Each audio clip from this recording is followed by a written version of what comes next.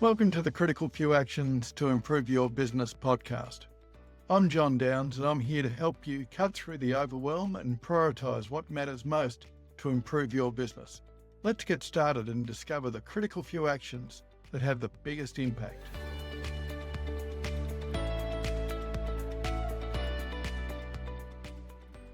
Today, I'd like to introduce you to Peter Buckingham, who I believe is one of Australia's foremost experts in site location strategy and strategic network design. If you're trying to figure out where you should put your next location or assess whether it's performing to its revenue potential in its area, then Peter's the guy to listen to. I've known Peter since 2012, and since then he's helped a number of my successful CEOs with their businesses to analyse the optimal locations for their next site or to better understand the actual or potential performance of an existing site. Peter, welcome. Thank you very much, John. It's great to be here. So, Peter, today we're going to talk about both how medium business CEOs can analyse the optimal locations for their next site and to better understand the actual or potential performance of an existing or future site.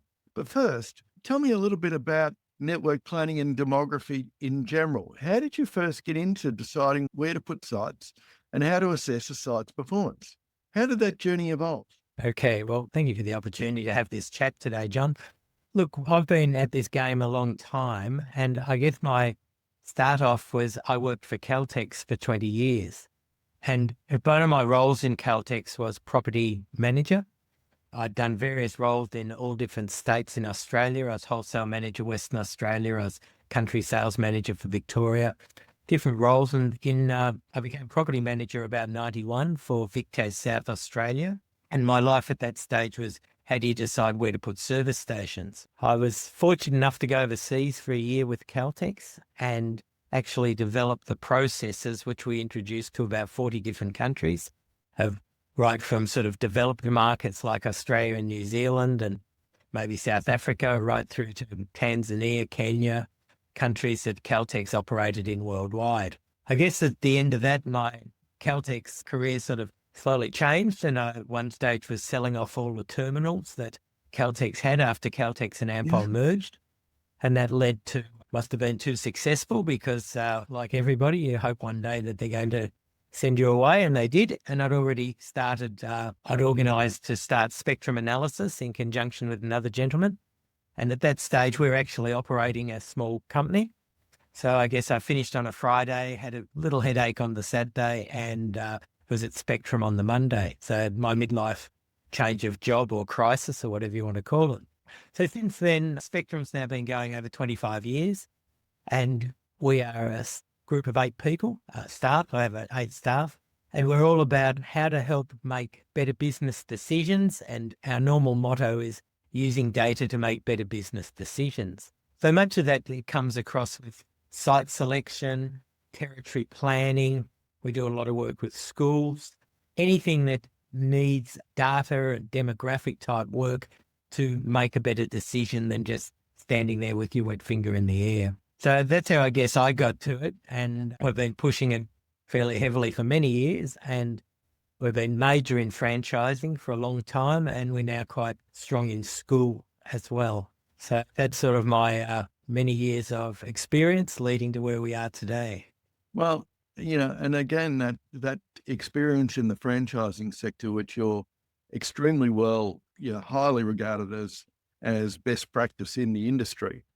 Franchises are all about not just growing, but rapid growth and strategically figuring out what are the best locations, which is far more scientific than, as you said, sticking a wet finger in the air and seeing if it's a good deal as a real estate agent to come to it. So let's look at an expanding trade business that might have maybe a successful factory or a distribution or a service location in the eastern suburbs, and it might feel that it's missing out on a lot of business in the north or in the west. How might they go about selecting another location strategically as opposed to based on what's available on property.com? Okay, so I guess we all come back to what data is available to help us with our decisions. So the first thing I'm normally looking at is the Australian Bureau of Statistics obviously do a census every 5 years. The last one was 2021, and we'll all be blessed with another one that's going to all happen next year. So we haven't started hearing the publicity, but that'll start coming on. So we're very fortunate in Australia. We do one of these every 5 years, whereas some countries like the United States only do it every 10 years. So by the time they're at 9 years from the previous one, it's getting pretty scrappy. So our census is about a $400 million investment the government makes every 5 years. And from that, we learn a huge amount. Now, I will always say to people, you can always go onto Quick Stats. Just Google Quick Stats, QUIKSTATS, and it will give you a lot of information. You can look up your postcode and how many people live there and average household income. You can do a lot yourself. But when you're actually in the big picture and wanting to do something like network development, you don't have the tools to sort of bring it all together. So the first thing I'm always saying to people is use the data that's available, or we will use it for you, I guess. And thing is, no matter where you start in, say, Melbourne and the eastern suburbs, we can very quickly look at every area across Melbourne. And I like to explain to people that when the census is done, they start off with about 67,000 statistical area 1. Now, each one of those has about 800 people in it, and it can give us the number of people by age, by average income, type of house they live in, all this sort of information. So that's a lot more fine-grained than just postcodes or LGAs. Yeah. So think of it as like the very little tiles that you're starting with if you're going to make a picture. SA1 have become SA2, statistical area 2, and there's about 3,000 of those across Australia. And they're not dissimilar to postcodes. There's about 2,500 postcodes across Australia. So when we're talking statistical area 2, we tend to say to people, they're like postcodes. But in between that is suburbs, but often people don't want to go to suburbs. Then they become statistical area 3, of which there's around 400 across Australia. Statistical area 4, of which is about 100, and then you have states. So what we've got is the ability to look at any area we want to, whether it be at postcode, suburb, even statistical area 1, and get very good detail. So when we're starting to talk about Melbourne, for example, breaks up into 8 statistical area 4s, and then about 50 or so statistical area 3 to about 300 statistical. So we can look at their area you're looking at and say, well, over those eastern suburbs, there might be 1.5 million people, their average income, all that. Now, over in the north, there might be another 1.5 million. The west is probably another 1.5 million, but growing very fast. So what we have is an ability to look where the people are now, and we also have the population projections going forward. So we take all these things into account with our work, even if it's as simple as, where do we open a new distribution centre? But mainly we're involved with either retail or something that might be territory planning. And we've got to look at the actual demographics of that area, and then what is the sort of trade area that we're looking at, and have some understanding of why it's going to be good or not good for your business. Now, one of the first things I look at in that is, what are we actually trying to sell? Now, if I think of the high end might be selling $50,000 diamond rings, well, you're probably going to do that a bit better in Toorak or Camberwell or something like that. Now, I'm not saying there aren't $50,000 diamond rings being bought in Dandenong, but probably not quite as many. And similarly, if I'm trying to sell dim sims, just as something that, something with a lower price, maybe it has a bit of ethnic content in it, then we can actually look at each market and say, what is the probability? Where are we more likely to sell more of these products than the other area? And what we're trying to do then is identify for the client where they should be sort of working on their network and how many sites they may want to have in the long term. And obviously our aim then is to do strategic network planning, so we can start saying, well, maybe you need to build, here are the suburbs we should be looking at as the best opportunity, right down, call them tier 1, and work right down to ones that are tier 2 and tier 3 and even tier 4, so that we're looking for the tier 1 sites now, We're looking for the tier twos maybe in a year or two's time when we've got a few others open. And maybe in the final lot in 10 years' time, we're just doing the final infill to reach a mature position, and they're the tier four sites. So we're very much about helping have a logic and even a statistical based logic to get to where you want to go. And so, Peter, I don't know if you can give me an example, but how would a trade business or a business to business operation look at these things differently from, say, a retail operation? Okay, so we look at things in two ways. One is B2C, business to consumer. That's typical ma and pa kettle and wanting to buy whether it's their food, clothes, whatever, but it's more lined up with where the house they live in is going to be probably the best way of defining their trade area. The whole second set of our business is we do B2B, business to business. Now, we have many clients in the B2B space also, and it could be things like copying, Quick Copy or Steinerama or one of those. It could be something like test and tag, these tag businesses. Now, they're not really interested in where you live. They want to know how many businesses are in the area and how many people are potentially employed in those businesses. So that if I'm looking at an area like, I'll use Dandenong or Dandenong South, if I'm wanting to sell B2C things there aren't many people living in Dandenong South.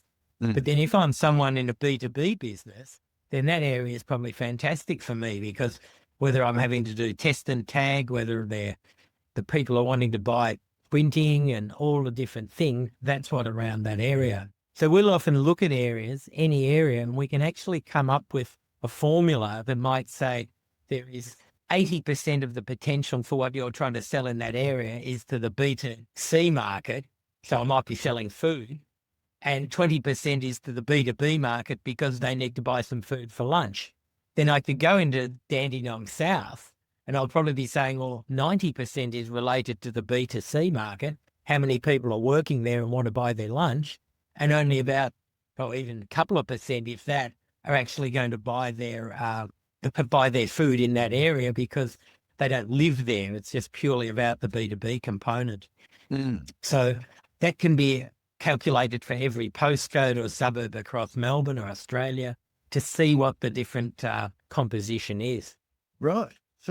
So you've got the data, or we have the access to the data, which is going to help us understand also the density of trade businesses versus residential housing across all of those areas. So once a year, the ABS produce a set of data that tells us by SA2, like postcode, how many businesses are in the area and approximately how many people they have. So in Australia, there's roughly 2.8 million businesses that are registered as businesses. Now, only about 700,000 of those actually employ somebody. So about 2.1 or 2.2 million businesses, registered businesses, don't employ people. And think about it like, John, you've probably got a superannuation fund. Well, it doesn't employ anybody. Someone might make some Ugg boots down at Moe. They probably don't employ anybody. All these sort of things, anything to do with a non-employing business. Now, out of the 700,000 businesses, we then learn whether they have 1 to 5 employees. I think it's 6 to 20, 20 to 50, or 20 to 100, 100 to 200, 200 plus. There's breakdowns. So if I know I've got 10 of one type of business and 50 of another and 80 of one other in South Dandenong, I can pretty quickly come up with an approximate of how many people actually work in that area. And this data gets updated every year, and we can actually break it down even smaller than SA2s, right down to statistical area 1 as an estimate. So if we're looking at, say, the CBD of Melbourne, we can actually break it down to smaller than just the SA2 of Melbourne, which is the CBD. We can break it down to specific areas along each block to get an idea of approximately how many people work there. So it's a bit of an estimate, but we've used that for people like 7-Eleven when they were opening stores in the CBD of Melbourne to guess how many people lived in any specific, literally 100-metre block around them, and how many people worked in every 100-metre block around them. So they could say, well, where should we open our stores? Okay, so So perhaps what we should do is drill down to an example, because an organisation that's trying to figure out what the revenue potential is for their business across Melbourne is going to start to look very carefully at, okay, well, where should they be located? And of course, that also raises the question of how does that affect them from an online business perspective, but we can deal with that a bit later. So walk me through an example of how successful businesses have plotted this stuff out. Okay, well, I could talk oil industry, but I'd rather talk about one of our very first clients many, many years ago was KFC. Right. So KFC came to us and said, we've got to go to America in 10 weeks' time, and we have to show we've got all this good science done. And this is in the late 90s, and it's at a time when a lot of things you can do yourself now really wasn't available. Like online mapping was well, you couldn't do it basically. Google Maps hadn't even come out. So even to just create maps of where their sites were and where their territories were, we had programs to do it, but way less sophisticated. But the interesting thing is nothing really has changed. Even go back to my 40, 50 years ago in the oil industry, 40 years ago, it still comes down to logic. And what you've got in all cases is you can normally get from any client, let's say we've got a maturish, a business that's fairly developed. So KFC, a good example. So they're able to tell us how much sales went through every store. So you say, well, if sales are going to be my dependent variable, what I'm trying to work out is my gross sales, then what I'm trying to do is think of all the different independent things that could come across my mind and work out which ones of those, and we'll call them the drivers of the business, are the most important, and how much weight we actually put to each of those things. And when you think about how, if you haven't used the more scientific approach and you're just opening stores, there's two ways you've probably done it in your own way. One is called an analog model, where you've literally gone, gee, we've got 5 or 10 stores. Which area is the most like the current areas I've got? And which store is going to be most like one of my existing stores? And that becomes the analog of saying, well, this is the one I'm most likely to follow. It's going to be like this type of area, and therefore I should do similar sales. The problem with that is there's too many variables to be accounted for. So what a regression model does, and they call it stepwise regression, is it says, find me statistically the most important single variable if I'm looking at all my sales against all the things I can look at, which one is the first important? So it might be number of people living within 2 kilometres of a KFC. Just think of it that way. Now, once I've taken that amount into account, what is the next variable that my data shows me is the next important? And it might be, say, number of cars driving past my site. So, okay, let's take that one out and give some weight to that. Then we say, what's the next important variable? It might be, gee, when we've looked at our sites, those that are more visible and people can see do better than those that don't. So that might become our third variable. And what we're doing is doing a stepwise regression to try and take out what we're going to count for and see what's left over each time, like an old long division when you're a kid, and end up coming up with taking each thing out to come up with the best model we can do. Now, in our case with KFC, we're able to show, I think it was about 8 or 10 variables that accounted for, made it understand why the good sites were good and the not so good sites weren't so good. And then what you're trying to do is you use that learning to say, if I'm going to do my 100, if I've got 100 sites in my network, I'm going to do my 101st, 102nd, 103rd, then I can now use a model to say, what do I actually expect the sales of my 101st, 102nd, 103rd to be based on looking backwards, the history of what I've got out of my existing network. Now, that's exactly what we basically did in the oil industry too. We would look at our Caltex sites. We knew our best sites to our worst. We knew the variables that were around, and we could come up with some sort of explanation. And this, again, they've always proven that any model moving forward works better than the wet finger in the air approach. At the end of the day, the wet finger in the air becomes biased to what you want to do. You'll convince yourself that this should be a great site because you basically, some real estate agent stuck it under your nose and bought you a bottle of wine. And what we're trying to do in all of our businesses is say, don't be tricked by that. Let's at least make each decision. And when we're talking these sort of decisions, we're probably multi-million dollars these days, even if you're renting the shop and you're paying a big rent, you capitalize that, you're spending a lot of money. And what we're trying to do is help people say, let's evaluate each site in a similar manner so that by the time we're making that final decision, do we commit $100,000 a year rent and $300,000 fit out, that we've actually made a logical set of decisions to get to that point. It can be very easy to and say, oh, well, but John's a very experienced guy. He's been doing this for years. What they've tended to find is by using some modeling, by the time you look at John's last 20 decisions compared to someone that might have used some modeling to at least evaluate good sites from bad sites, it will end up that will be the better performance, will be something with modeling behind it.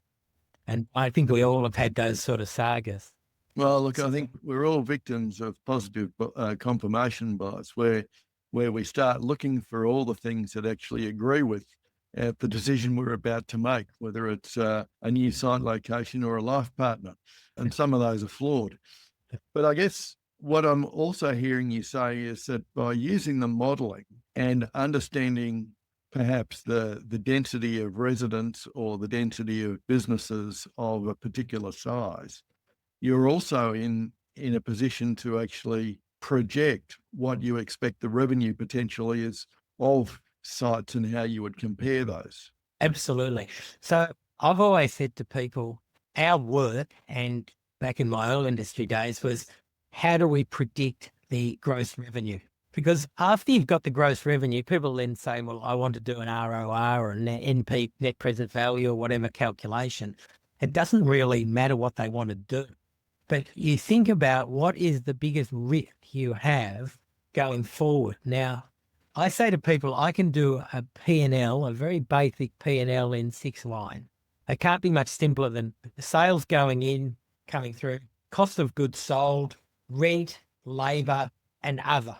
Now, if I keep it really simple like that and I say, where is my biggest risk? Well, predicting my sales is probably my biggest risk, because that could be out by 50% if I'm just taking a wet finger in the air approach. We might do double, or we might do half of what we've written. Cost of goods sold, if you've got an existing business, you probably know that pretty well. You might know if I'm a KFC or something, it might be 31% or something. So you can say that I can apply a pretty accurate thing that's going to tie up with my sales. I know my forecast rent because I've got a lease sitting in front of me and I've got a sign, and that's not much movement on that. I probably know my labour pretty well, because if I've got a couple of these things already running, I know that I'm going to need 3 people and something at weekends or whatever. So I can predict that pretty well. And my last one, other, is really pretty small. It might be I've got to buy some uniforms, we've got to pay some phone bills and a bit of electricity. Again, if I've got a couple of existings, I'm going to know that pretty, maybe plus or minus 10%. So my biggest source of error is going to be that first one. What are my sales going to be? And I do get frustrated at times with some of our clients, and they seem to spend, ages literally drilling down, trying to save a little bit on rent and save a little bit on labour and all this. And yet the first thing, the whole thing that makes the site viable or not, is the wet finger in the air on what the sales are going to be. Mm. So if I'm a major investor and I'm going to be spending a couple of $1 million on a site, I'm going to want to have something better than just, somebody just saying, oh no, we'll do $2 million a year, or we'll do $4 million a year at that site. The first question I should ask is based on what? Yes. Because once that's sorted out, I can then do my forecast P&L, I can do my rate of return, I can do my net present value, whatever I decide I want to do. But ask yourself, where is my biggest source of error? It's that first line. And that's really what we're all about, is trying to put some logic behind that first line, not just somebody's bit of experience saying, oh, look, somebody later find out a couple of brown paper bags thrown around the area and we've ended up with a crap site that's not going to do any good for us. So that's really what I'm always trying to say to people, is think in terms of, if I can't think of what my sales are going to be, and we know that we do a lot with franchising, Good franchisee will probably lift the site up 30%. Bad franchisee could drop it 30, 40%. You've got to just take that we're going to try and have a reasonable operation, a reasonable operator. Therefore, we've got to try and find that midpoint to at least start with of where our sales are going to move. Yeah. So in a lot of ways, you're taking the emotion out of the process by saying, okay, well, what are the key success factors that are going to make a site perform?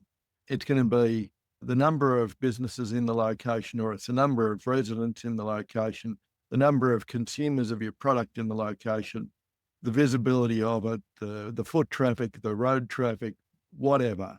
Competition. If and competition. And if we then select our sites based on that, we're basically sort of saying, okay, well, these are the recipes for success. If you can then, on that basis, run a business well. And so the running a business well bit is the bit that we're going to take as a given, but it's putting that business in a location where it actually has the opportunity to actually be run well. If you don't have the customers, doesn't matter how well you run the business. If there's no customers, you're stuffed. That's right.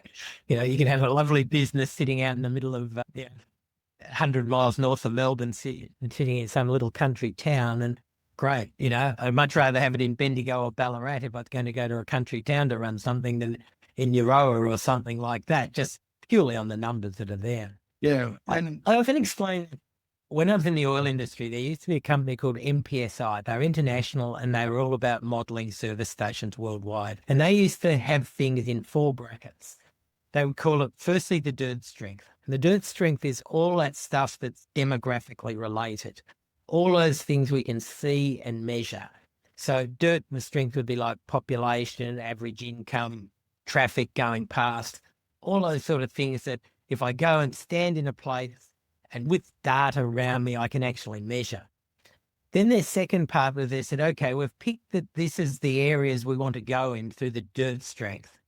Second thing they would look at was facility strength. They'd say, well, okay, we've now decided out of 10 blocks of land we were going to buy, some dirt strength, we've bought this block. Now, what's the facility we're going to put on it? And we would actually have markings for facility strength. So facility might be we're going to build in the old days, we're going to build a big convenience store. Instead of having 100 square meters, we're going to have 400 square meters. We're going to have 50 petrol pumps, and we're going to have diesel and everything on it. All those things that actually make up the facilities. So we've now got a score for that. The third thing that would come in would be the operations. How are we going to operate this store? Is the operator going to be our own company, or are we going to run a franchise? Are we going to have a good franchisee that's already got 20 other service stations, so we know he's going to be really great? Or do we get this guy called John Downs, who's never heard of a service station, who says he's going to run it and we're not too sure there? And we get that all together. Then the last factor was always brand. And brand was, okay, if we had our dream and we could turn everyone from one brand to another, which brands are actually a bit better than the others? So it might be that branding at a Caltex makes it work a little bit better or worse than branding at a United. I'm not trying to be biased to anybody here. Yeah. But brand strength. So at the end of the day, we would then come up with a set of scores and a prediction. And I still use this concept of saying there is your dirt strength, and others use it too, not uncommon. Dirt strength, then you got your facility, then you got your operations. Your brand is probably constant, because if you're whoever you are, you're probably one brand. But, you could have different ones. We have seen that. And look, I mean, ones like Red Rooster could also have an Oporto site. They also own other brands at the Chicken Tree, things like that. They might even decide which one they're going to brand it, but they're all similar. And then you actually come up with a sales prediction. And I guess when you go to that sort of level, you're hoping your level of confidence is going to be way, way better than just somebody saying, oh, look, from my experience, we reckon that's going to be a good place down there. We've got a good deal. So in summary, all these things come in, and I think you've got to do more than just your wet finger in the air. Yeah. And I guess then when you've got that sort of modelling, that stepwise regression analysis, and you've got a basis of decent data, which is nearly current ABS data, then then you've got the potential to sort of say, okay, well, look, I've got a successful business concept, which I've proven in other geographies. What's the revenue potential for Melbourne as a whole? And what should be my rollout strategy to take hold of that revenue potential over, say, the next decade? Where should I put my first bets first? And how do I then lay it out? How do you handle that? Okay, so I'll use a client we had some years ago. We haven't done much with them lately, but Super Amart came into Melbourne many years ago. Now, Super Amart had, at the time, 17 sites in Queensland, and they were dominant in the market up there. They were spending $20 million a year on advertising at the time. Yep. They said, we're coming to Melbourne. Where do we go? Where do we start? How do we get it going? So we were involved in that. So we said, well, right, let's do some work on why the good sites are good in Queensland and why the not so good sites aren't so good. So let's just say, and I don't honestly remember exact, while there might have been, we do well in medium to lower socioeconomic areas just because we're not the top of the market. We do well in high density, obviously. We might be the gurus of some ethnicity issues. It might be like we have an Italian brand or something that people are going to love. Doesn't really matter what we do. Anyway, when they first came into Melbourne, they opened in Ringwood, Nunawading, and we laid out a bit of a network. But then we actually had to take into account the brand factor. So we said, look, if you could have opened that Nunawading store and opened it in Beenleigh or somewhere in Queensland, you'd do $30 million a year based on your study, our study. But now when you're doing that in Melbourne where nobody's ever heard of it, well, you're not going to do 30 million. You'll probably do, for the first year or two, call it 20 million, and then you'll ramp up as you start to become known in the market. And sure enough, that's what happened. They hit Melbourne, did pretty well anyway to start because bigger market down here anyway. And we were able to lay out a network and say, well, okay, if you do one in Nunawading, you're not going to open then one in Ringwood, 3 kilometres away. Let's do one in the northern suburbs. Let's spread ourselves around. And then now they've been very successful over some years. I've lost track of how many are in Melbourne. But that was a typical strategic network planning job. And we do that on a regular basis. In fact, we're doing one for a steakhouse right now. They've got 13 here in Melbourne. They're starting to talk about moving to Sydney and other states a bit more, and we'll work with them to say, well, this is sort of where you should open your first few in Sydney, not just wait until some real estate agent tells you where to go. And I always say to people on that, you really want to be proactive, not reactive. Now, proactive is when you've actually had to think about it with someone like us and laid out some areas, you call them your tier 1, tier 2, and tier 3. Reactive is when you walk in and this real estate agent says, oh, have I got the site for you? And next thing you find, you're out the back of Beyond and you're wondering why your brand is going to have problems. At least if you're proactive, you tell them or you seek people to look for sites in these specific areas rather than them unloading what they've got. And, my experience is big on this when I was in Caltex. And I used to actually write a property guideline, and this is way back. And the property guideline, when a real estate agent would ring me and we would have 3 or so a week, I've got the perfect site for you, Peter. Yep. You'll know where it is. And the first thing in the property guideline was we needed blocks about 60 metres by 60 metres because first thing was the tanker's got to get in there and turn around, and someone would say, oh, I've got this perfect block. It's 80 metres long and it's 10 metres wide or 20 metres wide. I'd say, great, can't even turn our tanker around. And then the next one would be, oh, you know where our site is. If you stand at your other site and look down the road, you'll see it on the other side. Great. We don't really want to put 2 sites. Well, rarely do you want to put 2 sites very close. So my aim had always been I would have a property guideline. So when people would contact me, I'd say, look, let me just send you the property guideline. And we had a check chart that said, just tick the boxes like high, middle, low for things like, is the traffic going past high, middle, or low? Is the population socioeconomic, high, middle, low? Just things enough that you could get a bit of a feel. And the idea was, as a property manager, my biggest life was sort of eliminating the not good ones quickly so we could actually have a proper look. Now, we used to if I was offered 100 sites in a year, we would probably build 3 if we're lucky. So out of that 100 sites, my aim was to knock 80 out very quickly. And then maybe I would then take my boss and go and look at the last 20 over the year. He and I would probably knock another 10 out, and then we might start actually putting serious proposal together on the 10 that are left, with the aim that we'd probably end up doing 3. Yeah. That is typical of when I've ever talked, and I've run a lot of workshops for site selection, territory planning for the Franchise Council. And whenever you talk to people that are in this mature sort of business that have been going for a while, they agree with me. Out of 100 starts, you're probably lucky to do 3 or 5 of what comes at you, because your aim is to try and get rid of the garbage quick and just concentrate on the ones that actually are realistic. Are you looking to pinpoint the areas that will make the biggest impact on your business? Check out the Organisation Performance and Value Diagnostic. This powerful tool lets you evaluate your business on multiple facets and provides email reminders to keep you on track. Head over to criticalfewactions.com.au and get started now. Well, you're making a serious investment, and every one of them's got to be a successful operation, because any site selection process is going to result in a substantial amount of capital investment. So I guess if we sort of think about that, that's great from the point of view of, okay, so this is what our network should look like. These are the sites that we should be investing in.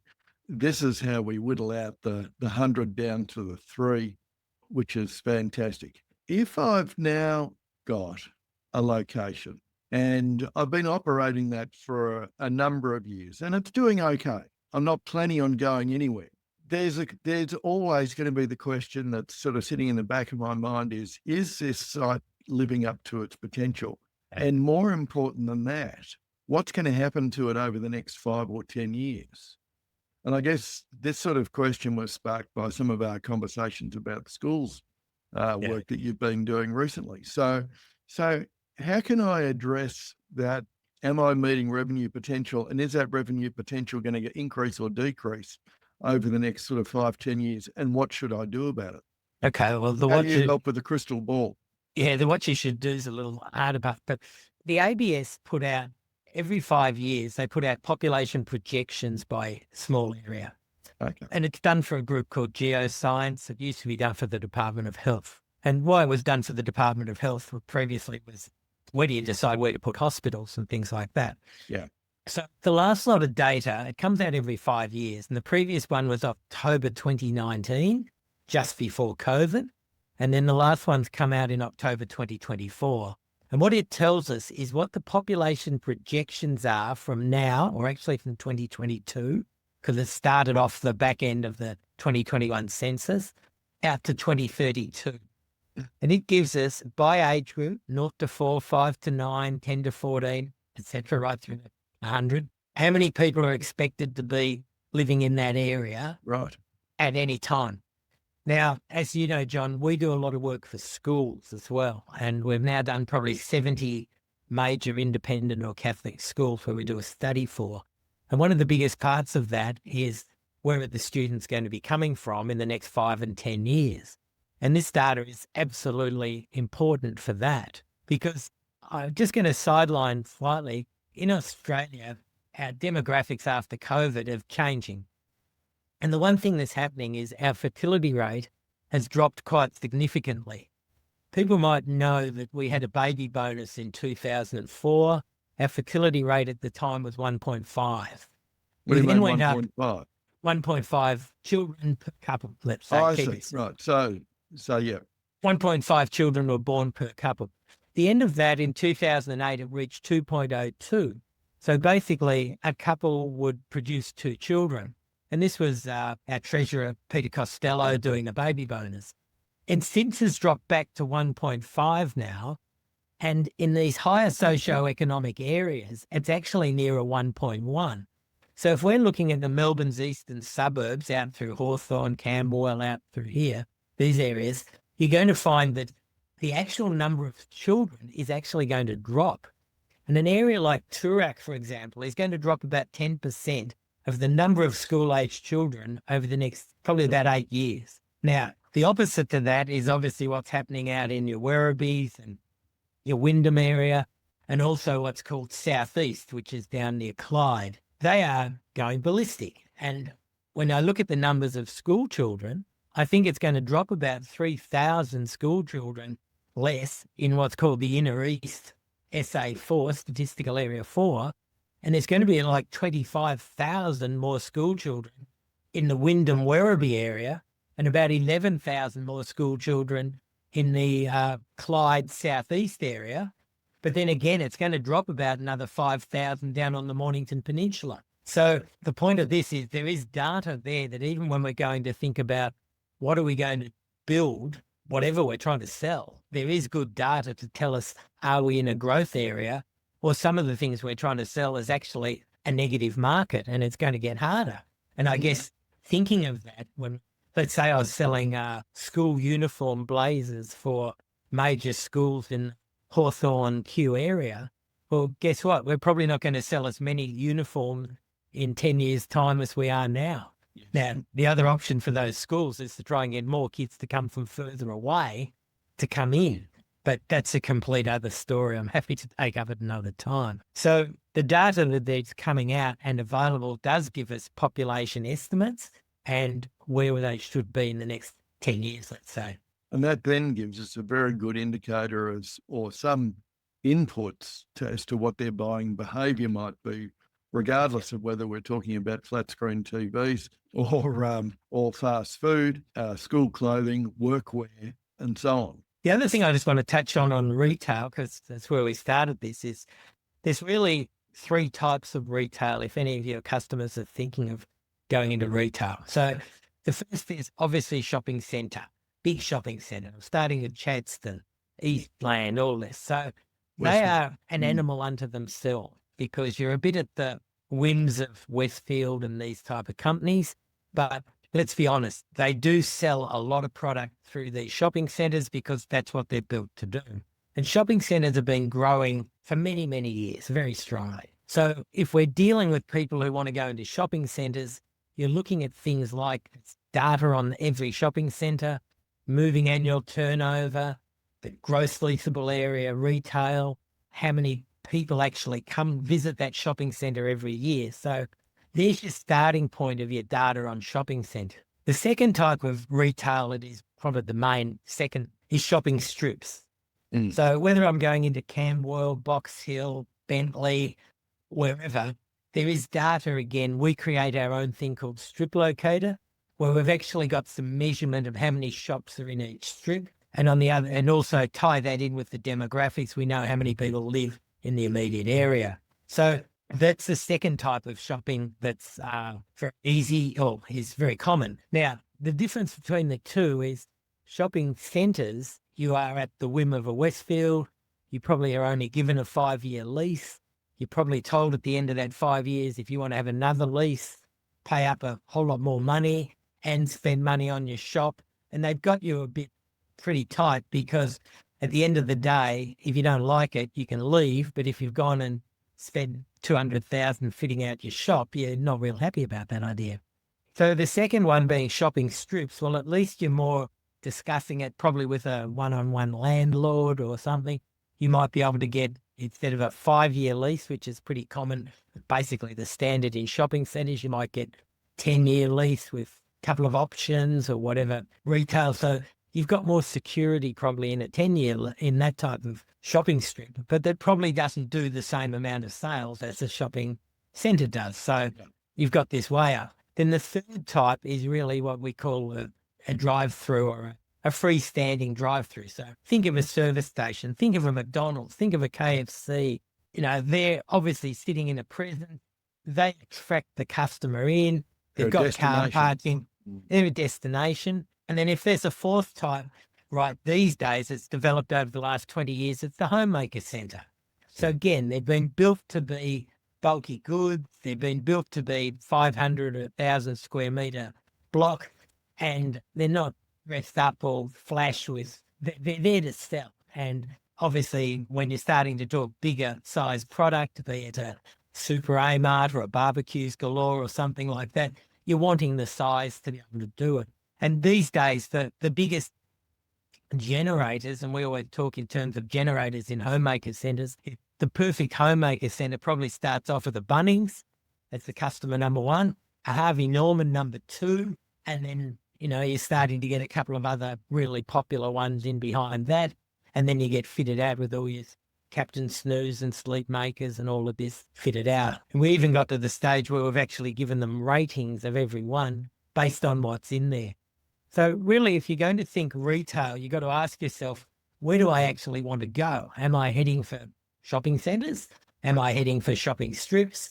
Do I need to be a freestanding drive-through type of thing? Or is a homemaker centre my best type of option?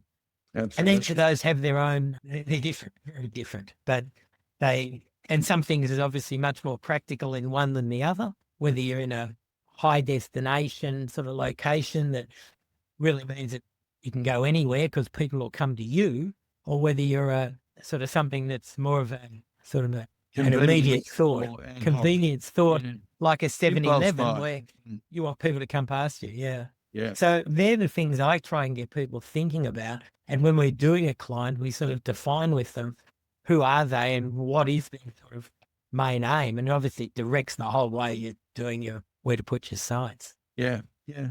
So, Peter, how are you seeing mapping and AI help businesses improve their performance at this time? How's AI changing the landscape? Well, I've got to be honest with you, John, and I was actually using AI I had to go to America in 93, and we actually used neural networks to try and help understand prediction modeling for service stations. So in one way, I was playing around in neural networks before the word AI had even come up. To be honest with you, I think you can go into an overkill there, and I have seen companies that do all this sort of thing, and it really comes down to simplicity of looking at things on a map. In a lot of cases is going to answer a lot of your questions. And we did use AI with the big job we had with Tattersalls years ago, of actually doing sales prediction modeling for the beauty of Tattersalls. So they had over 240 sites that were Cats outlets in shopping centres that were already a news agent. So we had a big group to work with. And the problem you have with using AI is you've got to have enough differences to work. And that actually worked so well that the AI gave a better, by about 6% result than doing it by straight regression modeling. Now, that's the only time we've had an experience that we've had enough sites that we could actually use an AI neural network type model. And my 2IC is a master's of statistics, and he's done a lot on AI. He wrote his papers on it years ago. So, but AI, not so easy. What has become much easier now is online mapping. And the old picture tells 1,000 words is something that is really easy to deal with now. And most of the times we deal with a client, we give them a trial of a mapping. We call it Mango Maps. And once they've seen that and seen what we can do with it, very rarely do they not want to keep that going. So an example of that is we do F45 training worldwide. Right. And they've got over 2,500 sites. And we run their mapping on a Mango Map system for all their territories across the world. And we then added special competitors they wanted in different areas, certain demographics for different places. And the beauty of it is it's all very doable now. Whereas going back 20 years ago, you'd have to use Map Info, or that we do use in our work, but it's a bit like a Formula One car. And the problem is not everybody's going to be a Formula One driver. The advantage of having a system like Mango Maps is everybody really with 10 minutes of quick practice can drive it. Now, I know we don't have everybody online, and there's certain people watching and certain people hearing, but I'm going to just bring up a Mango Map system. Yeah. Is that come up, John? Totally. Okay. So it's a simple demo one we've done, and we're happy to show people. So it's imagining we at Spectrum have car washes. We've got 20 car washes across Melbourne. So firstly, if I just jump on my site, I can see it's going to tell me something about my car wash. So it's going to be a bit slow. On top of that, we've got Okay, so it's, again, just have to change it slightly. Competitors, we've got territories. So I've got showing you the car wash, the territory, and a whole lot of other information. So the car wash first came up saying it's at Balwyn North, and we had some scores like visibility, socio-economic, how many people lived within 2 kilometres, how many live within 3. So we can see that for our area. We then can see here whatever our territories are. So let me just go to a different one. It's going to tell me that the territory around Warrandyte, we know the name of the people and run it. We know the population's 8,000 people, how many occupied dwellings, what their average age was. We can look at all sorts of different data. We can then just as easily bring up our competitors. So they're the little red dots. And we're just handling this by turning on and off the ticks on the side. So we've got all our imaginary car wash full. They're not imaginary, these were the competitors. And we can go and look at our competitors. So Skyhand Car Wash and Cafe in Nunawading. We can see them. We then might want to have a drive time around each of our car washes. So I'll just let that come up. We can actually, we've got drive time data that shows us every drive time, and it comes out of Berlin actually, how far people would drive. We then might want some specific other things just for information. We might want to know where all the fast foodies are. So let me just bring them up. We're now seeing all the McDonald's, KFCs. Someone might decide that we like to have our car washes right near a McDonald's. So when we're doing the hand car wash, they can go and buy a McDonald's. All this sort of thing is very easily accessible now. The next one I've just brought up in an immediate area is where all the supermarkets, where all the Coles, where all the Woolworths, where all the Aldis. And this is very easy to do Australia-wide on one of these systems. It's not just Melbourne. These things work international, and they hold the capacity to have thousands of different sites showing if that's what you want to do. So we even come right through here to have demographic information in here. Some of it is just, I'll just bring this one up. This is called CFA, Socio-Economic Index for Areas. And what it shows us is, if you imagine CFA is a way of thinking like average household income for an area, the dark blue areas are the highest, through to the light blue, through to the white, and eventually the red.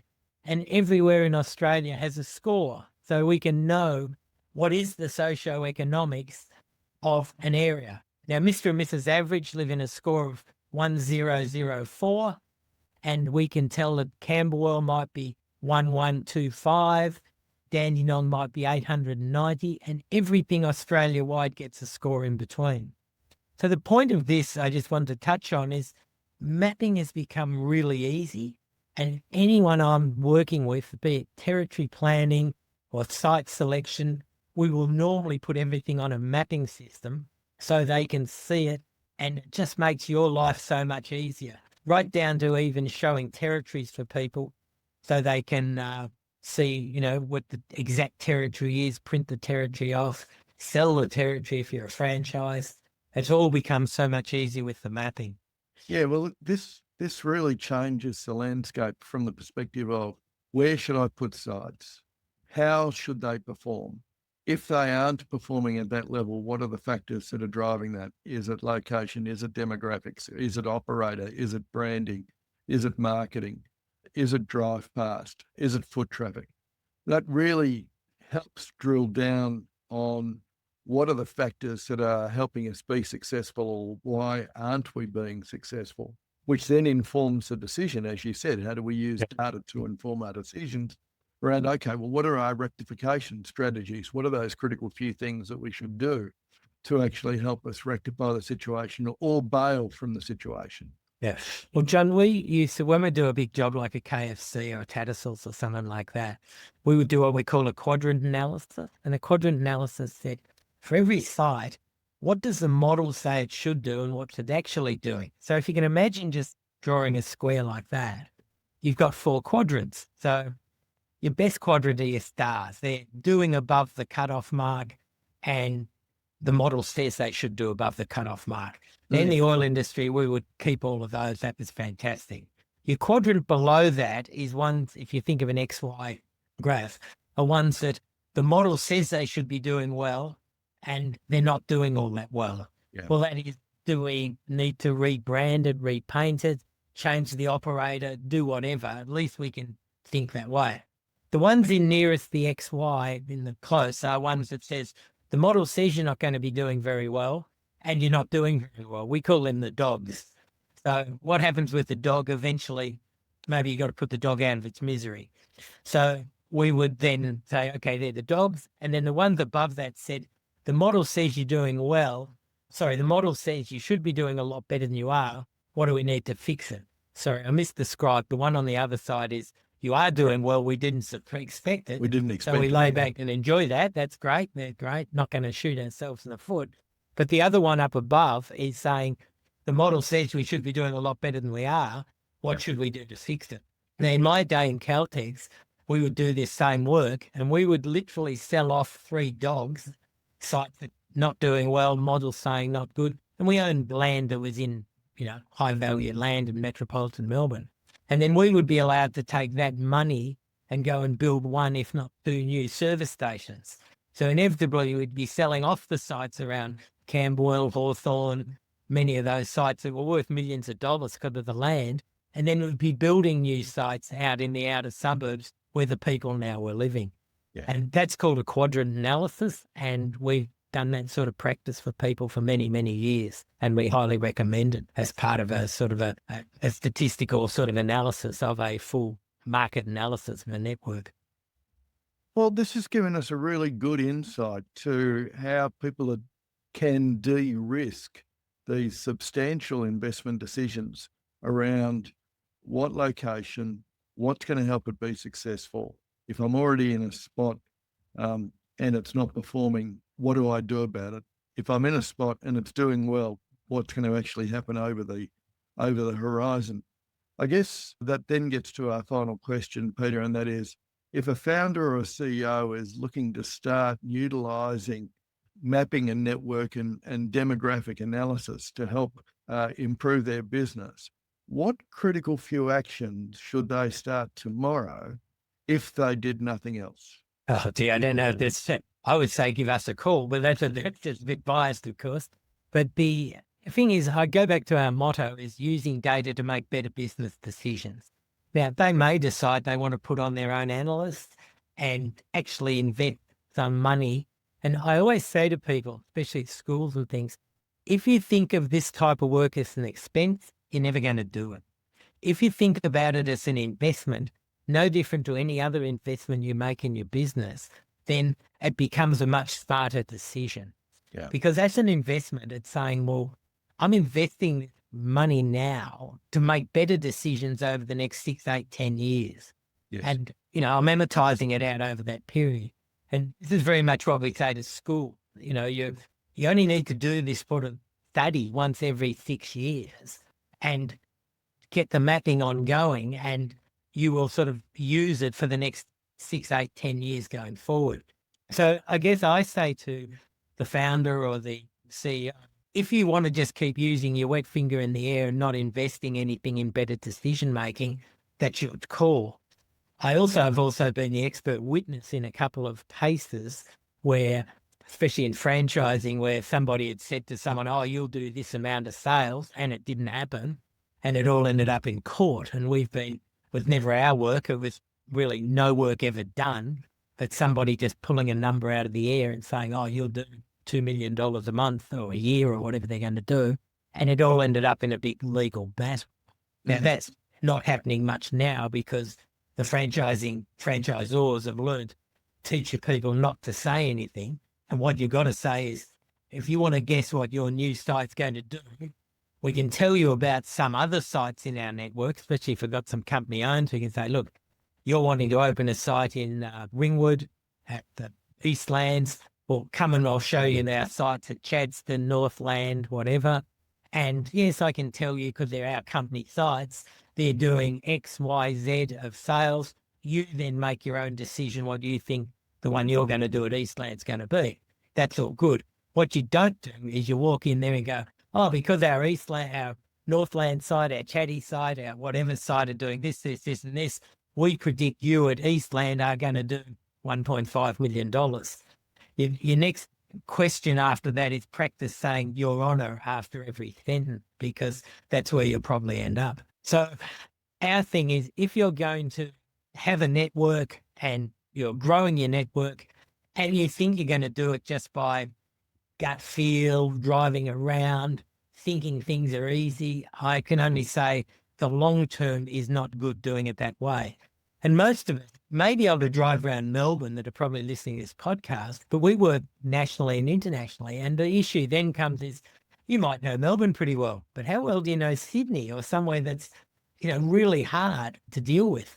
And the idea of having modelling, and you can use then the same logic, you might have to adjust it a bit, but you can then at least have a logic to say, well, this told us what worked well in Melbourne.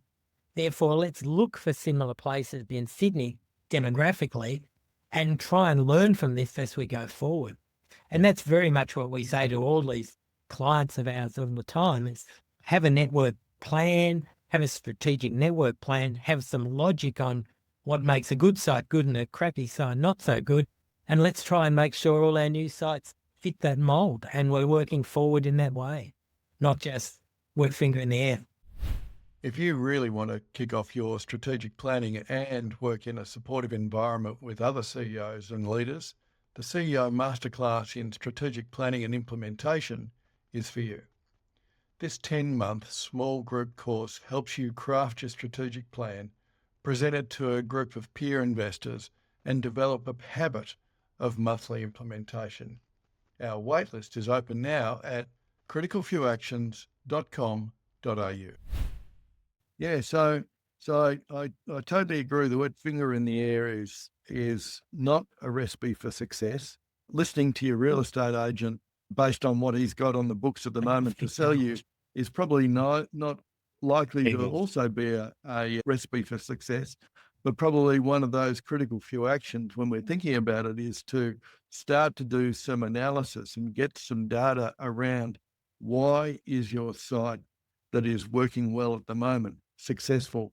And it's not just about the operator, it's about the location, it's about the population, it's about the foot traffic, it's about the vehicular traffic, it's about a whole bunch of things, including brand fit out, et cetera, and start thinking about what are those attributes so that you can then get some support to do the analysis as to where you might be able to replicate those sorts of attributes for a future success. Would that be right?